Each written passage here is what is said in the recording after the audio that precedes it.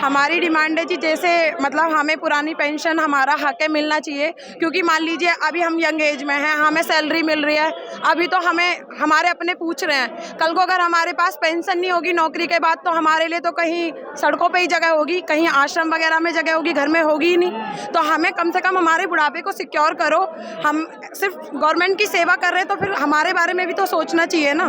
तो हमारी सोचते रहिए न्यू पेंशन नहीं, न्यू पेंशन में क्या ही फायदा, ये बताइए। पुरानी पेंशन में ये फायदा है, कम से कम हमारा बुढ़ापा सिक्योर है। हमें ये पता है कि कल को हम रिटायर हो जाएंगे, फिक्स आएंगे। कम से कम हम अपने बच्चों के ऊपर तो डिपेंड नहीं होंगे कि वो हमें कब खाना देंगे, कब रोटियां देंगे, कब घर से बाहर निकाल देंगे। हमारे पास पेंशन होगी तो हमारे बच्चे भी कदर करेंगे, हमें रखेंगे, वो प्यार करेंगे, हमारी केयर करेंगे। तो न्यू पेंशन से क्या दिक्कत है? बहुत दिक्कत है, उसमें कोई फायदा नहीं है। में मिलेगा बताइए? नहीं, हमें उसमें कोई फायदा नहीं है, क्योंकि उसमें यही है कि पता भी नहीं 2-3 हज़ार रुपए हमारा पैसा काट के हमारी सैलरी से हमें मिलेगा, क्या फायदा हमें, बताइए, आप बताइए। अब यूपीएस भी तो ले आए हैं, वो देखिए। हमें नहीं चाहिए जी, हमें पेंशन चाहिए, हमें कुछ नहीं चाहिए। मोदी जी से मैं मोदी जी से रिक्वेस्ट करूंगी कि आप हमारे देश के बहुत अच्छे प्रधानमंत्री हैं सर, मेरी आपसे हम्बली रिक्वेस्ट है कि प्लीज़ एक फीमेल होने के नाते आप नारा देते हो ना कि बेटी पढ़ाओ बेटी बचाओ, तो मैं रिक्वेस्ट करती हूँ सर, एक बेटी आपसे रिक्वेस्ट कर रही है कि हमारे बुढ़ापे को भी देखिए सर, प्लीज़ मैं रिक्वेस्ट करती हूँ सर, प्लीज़ आपकी बहुत बहुत मेहरबानी होगी। रिक्वेस्ट तो काफी साल से कर रहे हैं, आपके सुन पा रहे हैं अच्छे प्रधानमंत्री आप? नहीं, देखिए हम तो अपने सर से रिक्वेस्ट ही कर सकते हैं, क्योंकि बच्चे जो होते हैं वो माँ बाप से रिक्वेस्ट करते हैं, और मुझे ये पता है कि माँ बाप अपना एक ना एक दिन। आप इतने मजबूर हो गए प्रार्थना रिक्वेस्ट? जी बिल्कुल, मुझे ये पता है कि हम जब हमारे बच्चे होते हैं ना, जो हमसे जिद करते हैं, तो माँ बाप कहते हैं अरे हमारा बच्चा नहीं मान रहा, चलो दिला देते हैं। तो वैसे ही मैं प्रधानमंत्री जी से कहती हूँ, जी बिल्कुल, मैं कहती हूँ वो इतने अच्छे हैं, हमारा देश उन्हें चाहता है। सेवक बताते हैं अपने आप को, लेकिन हम तो उन्हें अपने माँ बाप की तरह देखते हैं, वो हमारे गार्जियन है, तो हम उनसे रिक्वेस्ट करेंगे कि वो हमें हमारी पुरानी पेंशन। एनपीएस यूपीएस हमें नहीं चाहिए, क्योंकि हम एनपीएस से भी हमें 2-3 हज़ार रुपए मिलेंगे मासिक, उससे हमारा आज क्या ही होगा। तो हमें पुरानी पेंशन हमारी हूबहू दे दे, क्योंकि वो खुद भी पुरानी पेंशन ले रहे हैं, तो हमें भी पुरानी पेंशन ही चाहिए।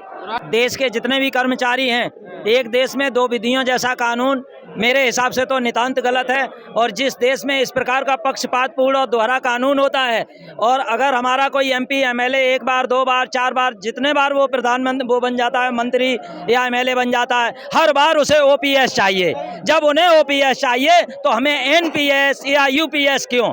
हमारे साथ जो छलावा किया जा रहा है, जो सरकार की नीति है छलावा करने की, कि इन्हें रेवड़ियाँ बांट के यूपीएस जैसी रेवड़ियाँ, एनपीएस जैसी रेवड़ियाँ, वो रेवड़ियाँ स्वयं ले लें और उसके बाद तब किसी कर्मचारी को वो रेवड़ियाँ देने की कोशिश। रामलीला मैदान में इतनी बड़ी रैली की 2023 में, कभी सरकार में तो कोई असर पड़ा ही नहीं आपकी बात का? सरकार का असर अगर न पड़ा होता तो सरकार यूपीएस एनपीएस की जगह यूपीएस लाने के लिए बाध्य नहीं हो जाती।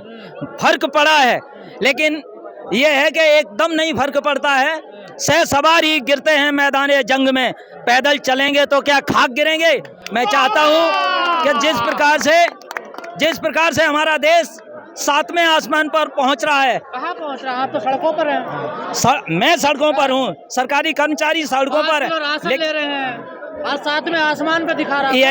यही तो रेवड़ियाँ हैं। आप समझने की कोशिश करो, ये रेवड़ियाँ हैं जो 5 किलो गेहूँ बांट दिया जाता है। 7वें आसमान पे बता रहे हैं। हाँ, तो उसके आज इकोनॉमी देखिए, आप जीडीपी देखिए, 8.2%। हिंदुस्तान इकलौता ऐसा राष्ट्र है जिसकी जीडीपी ग्रोथ करके 8.2%। अमेरिका पेंशन दी नहीं जा रही सरकार से। ये सरकार की बहानेबाजी है कि हाँ हमारे पास पैसा नहीं है। अगर सरकार के पास पैसा नहीं है तो हमारा 4था नंबर है विश्व में इकोनॉमिकल के आधार पर, जब हमारा देश 4थे नंबर पर है और हमारे यहाँ जो भी टेक्नोलॉजी लेटेस्ट सर कह रहे हैं 7वें आसमान पे जा रहा है भारत, और आप सड़कों पे हैं। देखिए, मैं जिला संरक्षक अटेवा गौतम बुद्ध नगर। सर जो कह रहे हैं वो सर की बात भी सही है, क्योंकि यहाँ पर पूरे भारत के शिक्षक कर्मचारी पुरानी पेंशन के लिए एकत्रित हुए हैं। और जिस तरह से सरकार दोहरी नीति अपनाती है कि सरकार में चुने हुए विधायक, एमपी, सांसद, एमएलए, माननीय प्रधानमंत्री जी सेवानिवृत्ति के बाद इनको 3-3, 4-4 पेंशन मिलती हैं,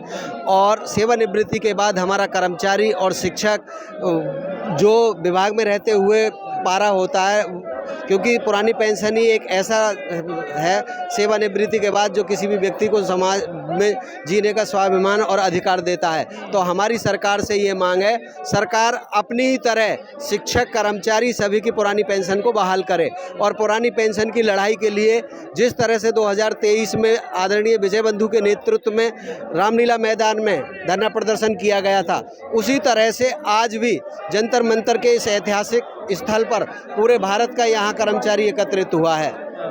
जी, आप भी धरने में आई हैं? हाँ जी, हाँ जी, क्या हाँ आपकी भी यही डिमांड है पेंशन वाली? जी, हाँ जी, हाँ जी, बिल्कुल हमारी भी यही डिमांड है। सबकी सब इसी डिमांड के लिए आए हैं यहाँ पे। पर मोदी जी तो आपको छोड़कर अयोध्या निकल गए मंदिर में पूजा। वो कहीं भी जाए, हम तो अपनी डिमांड रखेंगे ना। वो अयोध्या गए तो अपनी डिमांड ना रखे क्या? हमारी आवाज़ तो पहुँचनी चाहिए उन तक। कहाँ सरकार को दिक्कत क्या, क्यों नहीं देना चाह रही है? अब ये तो सरकार जाने, सरकार क्यों नहीं बहानेबाजी कर रही है, क्यों नहीं देना चाह रही है, बच रही है इस चीज़ से, नहीं देना चाहती है हम लोग को पेंशन। सरकार के पास पैसा नहीं है। नहीं, सरकार का पैसा है, क्यों नहीं है पैसा?